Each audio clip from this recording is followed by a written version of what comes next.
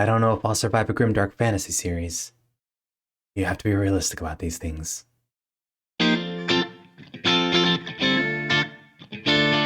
Good day, ladies and gentlemen. My name is The Advocate, and today I find myself in Ottawa because I'm an advocate for The Blade itself, a book review.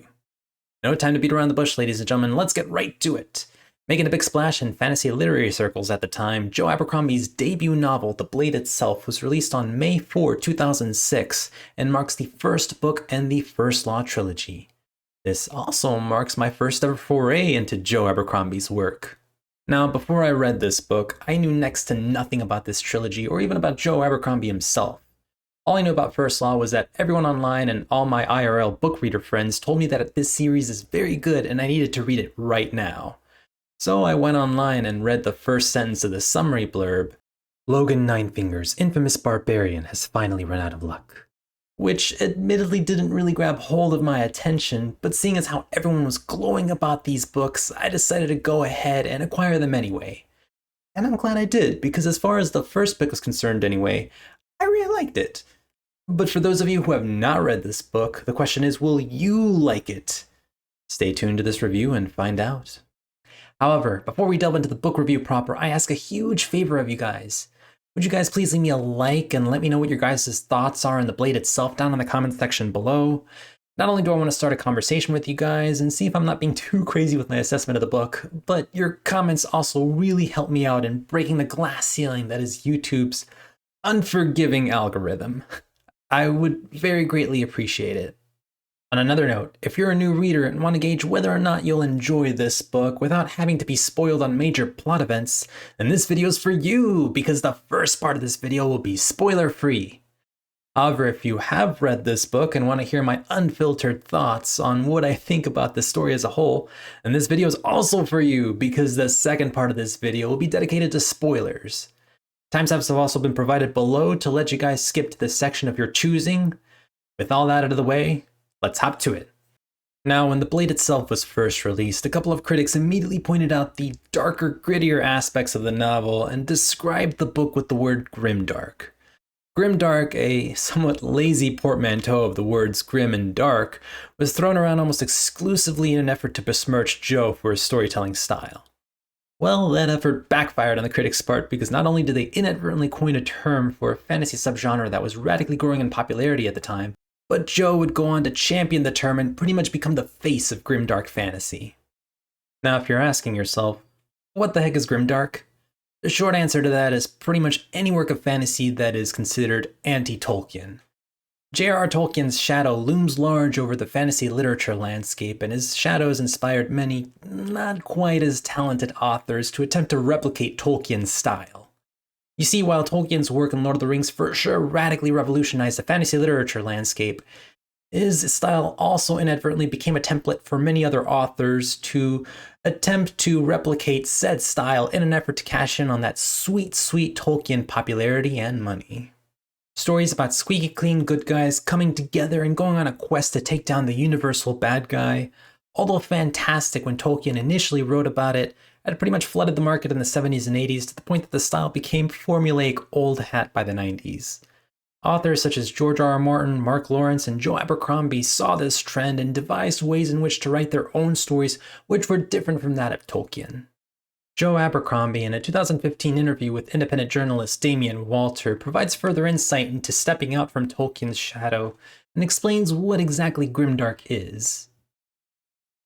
Tolkien is, for pretty much every fantasy writer, one of their cornerstone influences. I would say so, and I'm sure Martin would too. Tolkien did, of course, have plenty of darkness and complexity in his work, but I think the way in which the whole genre of commercial epic fantasy came to imitate Tolkien's template, perhaps missing a lot of the subtleties, did lead to a slightly one-noted genre in which things were safe, shiny, predictable.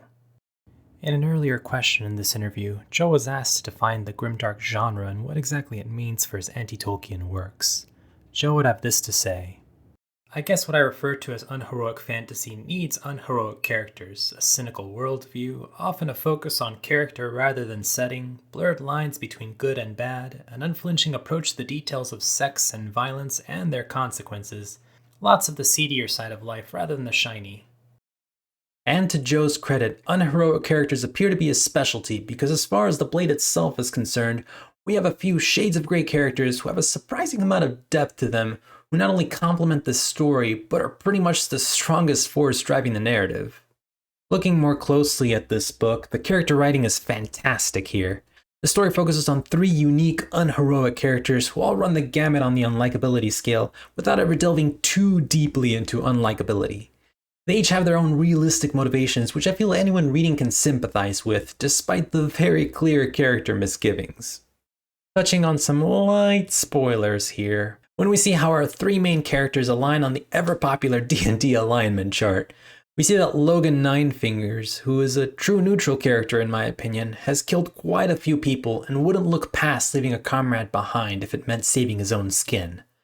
However, we as the reader are aware that this is a harsh world. A harsh world requires harsh decisions. We can sympathize with having to make a very difficult decision on keeping ourselves alive, even if it consequently means putting someone else in harm's way. Jazal Dan Luthar, a chaotic neutral character, is the very embodiment of an individualist. He's a selfish nobleman, but he's also trying to look out for his family's standing and even wants to impress a girl. A relatable goal. Sandan Glokta, a lawful evil character. He's a torturer and has no problems inflicting horrifying pain on others to achieve his goals, but he's a cynical man full of self-loathing, and that's a trait some of us can easily understand. We have layered characters who feel like real people with understandable motivations. The world Joe has created within the confines of this book is trying to push our characters this way and that way, but it's our characters' reactions to those forces which makes this book such an enjoyable read. It's why something as benign as Glokta being forced to climb a set of stairs can be so entertaining.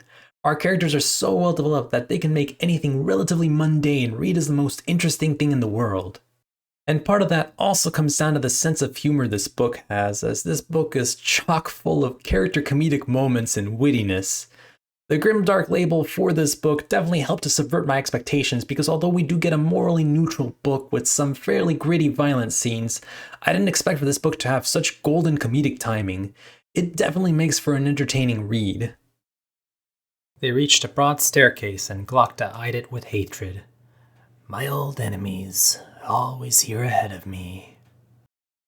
There's a lot to like with this book's writing, and Joe Abercrombie's strengths are on full display here. Those strengths also help to cover up some of the book's slightly weaker aspects. You see, although the character writing is excellent, not all of Joe's writing quite hits the mark. Allow me to break it down. Joe's character writing? Perfect. I wouldn't change a thing. The prose in detailing the atmosphere and surroundings? Decent enough. The pacing of the story? Slow at the beginning, but it picks up in part 2. The plot feeling like a cohesive and unified narrative centralized around a key theme? Not quite. And therein lies my biggest critique of the book. I'll delve more into this in the spoilers section, but although I did enjoy my time with the Blade itself, the plot of the story does feel somewhat scattered. Our 3 main characters each partake in their own individual mini-adventure that takes place in different parts of the Union, the central realm where most of the story takes place. This is fine and all, and a rather standard structure for a narrative involving multiple POVs. However, when I look back on the individual stories of each of our characters, I ask myself, did everything these characters accomplish contribute to the central narrative? For example, Glokta accepts a mission in part 1 which has very little bearing on part 2's story, much less the climax. What even is the central narrative? I thought I knew what the central narrative was, but every time I thought I figured it out, Joe changes course and now the plot is about something else. The moment the book's characters begin converging towards a central theme, all of a sudden the goal changes and I ask, okay, well, what about the old goal? The ending especially feels like a huge left turn from what the book was building towards, and now I'm left clueless as to what even the goal of Before They Are Hanged, the second book in the series, will be about. I suppose this isn't a bad thing as the unpredictability keeps the reader on their toes, but the ending of The Blade itself didn't exactly hook me on reading Before They Are Hanged. Really, it's the characters who do the heavy lifting for this story, and it's my desire to read even more character moments in the following book, rather than the scatterbrained plot here that leave me curious to find out what happens next in Book 2. So there's a bit more I want to talk about here, but because it spoils the plot of the book, I think now is as good a time as any to talk about spoilers. If you haven't read The Blade itself, please click on the timestamps below to skip to the conclusion of this video to hear my overall thoughts on this book. However, if you have read The Blade itself and want to hear my spoilery thoughts, then keep watching. Talking more in detail about the plot, which I do feel is a little all over the place, I'm left wondering if everything I read in this book will come into play in later books, or if it was just paper decoration. One of the big story arcs deals with Glokta using the ruse of justice to weed out potential tax corruption within the Mercer Guild. However, once Glokta gets to the bottom of things and witnesses the suicide of a head mercer, that plotline is immediately dropped, and we move on from that to Jazal's fencing contest. Now, I haven't read the follow-up books, so maybe the Mercers will come back later on down the line in a big way, but as of now, I'm kind of just left confused and asking myself, okay, was the Mercer plotline leading to anything? Because if it isn't, then what's the point of detailing Glokta's torture of several Mercer compatriots? Was it to allow us to delve into Glokta's psyche and show us that he is an uncaring man who enjoys torturing others? Or was the storyline meant to build up the banks as the evil villains behind everything, considering there is potential corruption within the banking system? I suppose Joe is trying to accomplish all of the above. But if so, isn't there a better way to give us insight into Glokta's character and reveal the banks as potential crooks whilst making it feel cohesive by tying it around a central storyline? Because as is, it just feels a little disjointed. And speaking of the central storyline, the storyline I thought we were building towards was a confrontation with our main antagonist and Bethod, the King of the North. However, that turns out to be false because by the end of the book, our very interesting Magi character, Baez, pretty much says, nope, psych, that whole training to go to the North thing was just a way to test your wits. You're all actually going to some other random part of the world that has nothing to do with Bethod or the North. Really? Well now, you're probably wondering what this is all about. Allow me to explain. I and a few brave companions, chosen people, you understand, people of quality, are engaging on a great journey, an epic voyage, a grand adventure. I have little doubt that, should we be successful, there will be stories told of this for years to come. Very many years. Baez's forehead crinkled as he raised his wide eyebrows. Well, what do you think? Jazal swallowed. I appreciate the offer, really I do, but I am afraid I must decline. My place is with the army, you understand. He took a hesitant step back toward the door. I must go north. My ship will soon be sailing and— I am afraid it has sailed already, Captain, said Marovia, his warm voice stopping Jazal dead in his tracks. You need not concern yourself with that any longer. You will not be going to Angland. The ending just feels like a sudden departure from everything we had been building towards in this book. I mean, Bethod waged war with the Union, Logan hates the man, Baez has a history with Bethod, even Jazal takes an interest in Bethod as taking him down would elevate his career to stratospheric heights. But no, the buildup was just decoration for going to a different part of the world that had nothing to do with Bethod. I'm sure Joe will come back to this storyline in a future book, but as is, venturing towards the edge of the world just kind of felt random and out of nowhere. Now, I want to be clear. Even though The Blade itself occasionally feels like a collection of subplots rather than one cohesive narrative, I still enjoyed the story. The strength of the character writing really makes up for the somewhat disjointed plot. It's just that I personally prefer indulging in a fantasy where well-developed characters complement an interesting story, rather than a fantasy where the well-developed characters are the story. Now, on the topic of characters, there is another POV character who does come into play in part 2 of this book. However, truthfully, and I don't know if this is a hot take or not, but I'm not too big of a fan of this POV. Pharaoh Malgin, who is an escaped Gurkish slave, has in my opinion what I call the Daenerys Targaryen effect. She might have a pivotal role down the line that I'm not aware of, but as of now, I did not particularly care too much for her chapters. Especially because her storyline feels so secluded and far removed from our three main characters, who by part 2 look to be narrowing towards a unified goal in taking down Bethod. For the longest time, Pharaoh Malgin did not seem to be associated with that storyline, so it just left me disinterested. In addition, Pharaoh's angry, vengeful, I must kill them all personality feels rather one note. Now yes, she has a reason for lashing out at the world given her enslaved backstory, but as a reader, it just feels like a slog to read through her personality. Truly, the singular highlight in her chapters has more to do with Yulwei, our other mysterious Magi companion in the story. I don't know what he's up to or what his plan is in Joe's giant web of characters, but he definitely has my attention with his dog's breakfast of magical abilities. He is dead, Pharaoh. They both are dead. She saw it was true. The man lay on his back staring up at the sky, face charred around his nose and mouth, dust blowing from the gaping wounds. I killed him? Her voice cracked and broken in her throat. No, Pharaoh. I did that. They were young eaters, weak and foolish. Still, you are lucky they wanted only to catch you. I am lucky, she mumbled, dribbling bloody spit onto the eater's corpse. She dropped the broken knife, crawled away on all fours. The body of the woman lay next to her, if you could call it that, a shapeless, lumpy mass of flesh. She saw long hair, and an eye, and lips. What did you do? She croaked through her bloody mouth.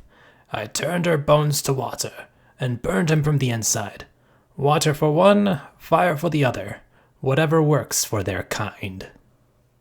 Hopefully Pharaoh receives more characterization in the next book, particularly now that her story finally appears to be tied in with our main crew. But what I'm really curious to read more about is seeing what Yolway gets up to in the next book. Especially because he and Glokta appear to be in a collision course towards each other in Gurkle, and I'll be damned if that doesn't sound interesting. But as far as everything else in this book is concerned, I thought this was a very enjoyable read. However, what about you guys? Do you agree with my assessment on these characters and this book? If you've read the following books in this series, did your feelings change on this first book with hindsight? Definitely comment below and let me know. So all in all, I very much enjoyed The Blade itself. And although this book's scattered plot doesn't exactly entice me to see what comes next, I'm still curious to see more of Joe's character writing and catch up with some of our core characters to see what they get up to in the next book. But thank you, ladies and gentlemen, for watching another one of my book review videos. I really appreciate it. Once again, if you like this video, if you could do me a huge favor and leave me a like and comment and subscribe to my channel to stay tuned for more book reviews. Your interactivity is always appreciated and also helps me in overcoming YouTube's disdain of small channels as well. My next video will be a review on Before They Are Hanged, the second book in the First Law trilogy. How will this book follow up The Blade itself?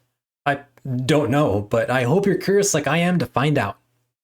Until then, thank you once again, ladies and gentlemen, for watching this video, and I'll see you guys next time. The Advocate, out.